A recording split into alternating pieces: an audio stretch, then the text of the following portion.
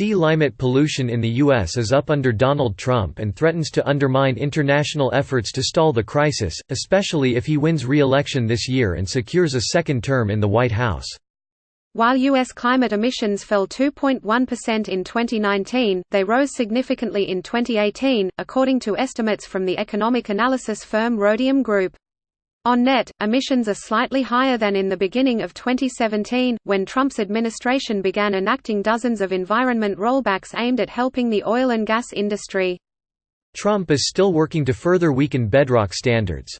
This week he proposed to allow major projects like pipelines and highways to bypass reviews of how they will contribute to global warming.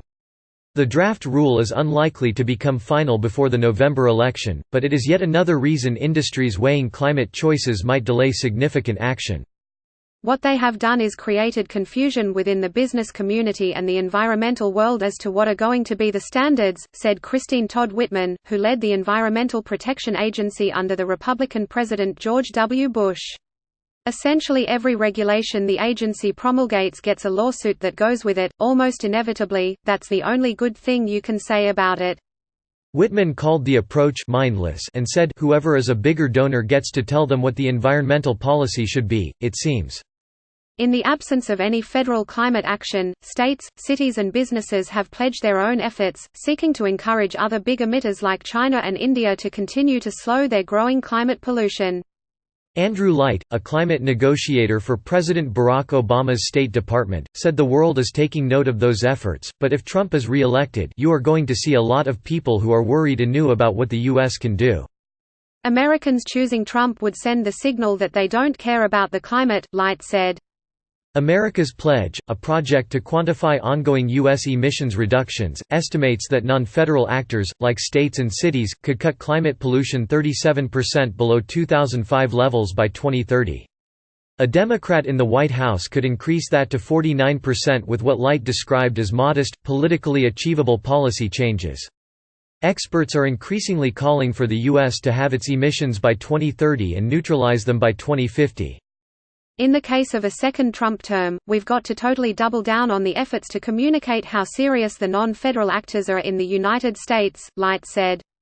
And what you really want to try to make sure is that those people in other countries who are not in favor of strengthening their country's own climate target are not able to point to the United States and say nothing's going on there. The Trump administration has initiated essentially all of its planned climate rollbacks, from weakening standards for cars to go farther on less gasoline to erasing rules for power companies to shift away from coal. It would be able to defend those changes in court against environment advocates and Democratic states if the president wins election.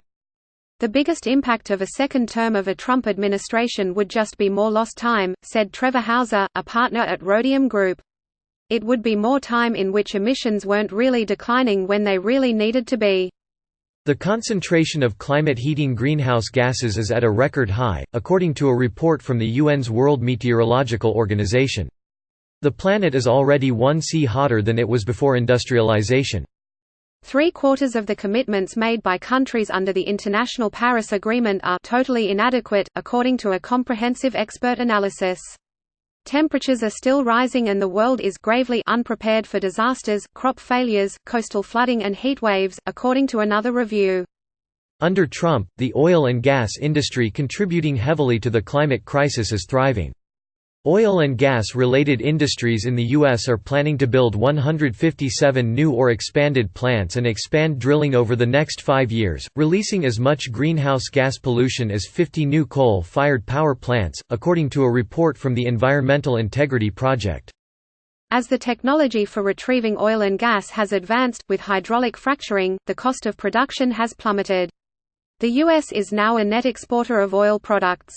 Much of the expansion expected would be for feedstocks to make chemicals and plastics, explained Courtney Bernhardt, the group's research director.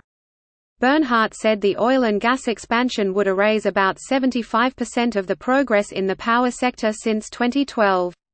The U.S. is already struggling to meet climate commitments and transition to a low-carbon future, Bernhardt said. This analysis shows that we're heading in the wrong direction and really need to slow emissions growth from the oil, gas and petrochemical industries. It's not just climate change that is getting worse. Trump has loosened rules for clean water and air and safer chemicals. Air quality is already eroding, linked with 10,000 additional U.S. deaths over 2 years. Democrats, meanwhile, are offering a starkly different future for the environment.